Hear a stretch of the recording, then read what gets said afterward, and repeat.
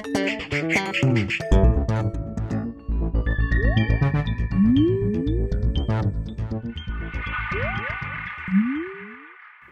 everyone and welcome to The Vortex, where lies and falsehoods are trapped and exposed. I'm Michael Voris.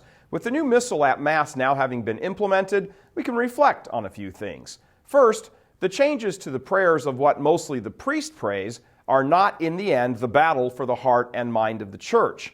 As Winston Churchill famously said, as the long-awaited D-Day assault in France began to free Europe from its Nazi overlords, this is not the end, it is not even the beginning of the end. But it is perhaps the end of the beginning. There is a mountain of garbage in the church that has to be removed, and the new missal is the first spadeful. If you think Europe immediately after World War II, well, you have a helpful picture. It is absolutely the case that all the prevailing winds in the church these days are blowing in the correct direction. But no one must be taken in by the trend and then think that it is the actual reality. It most certainly is not. It is just the trend. The radicals who seized control, the Occupy the Church crowd of the 1960s and 70s, have spread their tentacles far and wide. The original troublemakers are mostly gone, that's true, but the stench from their work remains like a thick, skunky must in many places. Someone, please open up some windows. But still, it did have a music-like quality to hear so many modernist progressive liberals whining about the new missal.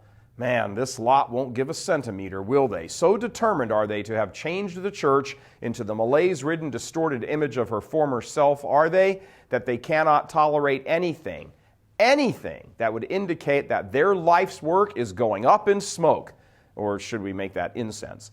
They must have run from their parishes this past weekend and fled to the hills with their ears covered and screaming when they heard, "Through my fault, through my fault, through my most grievous fault." Oh well, sorry about that, tolerant crowd.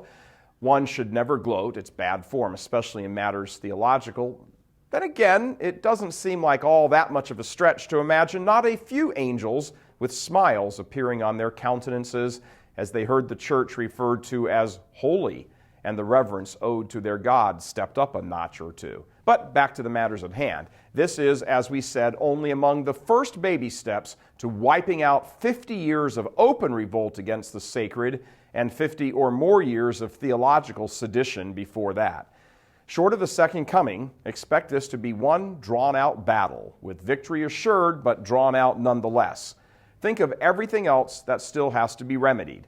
The architecture, the music, the vestments, the sanctuaries, the homilies, the elimination of the self-described Eucharistic ministers, and the whole overarching, arrogant, self-righteous attitude of the crowd that somehow got the notion in their heads that the church was their personal plaything to do with as they desired. The old Latin phrase, yeah, we said Latin, lex orandi, lex credendi. How we pray is how we believe. So, if we continue to make our parishes look like concert halls and disguise the tabernacle and leave absent statues and wreck the devotional life by never really inspiring it, then what else can any reasonable person expect other than a church on life support? It is beyond dispute that things are turning around, but it is also beyond dispute that without continued, unrelenting, never-give-up doggedness, the restoration can easily stall.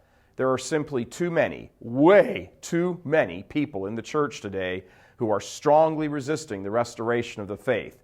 They don't like the way things are headed, and they will fight it with their last breath.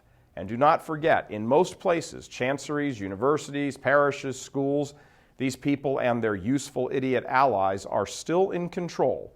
So celebrate the small victories, and even the larger ones, but always remember, this struggle isn't worthy of final celebration until the next life begins. For now, our natural business lies in combat.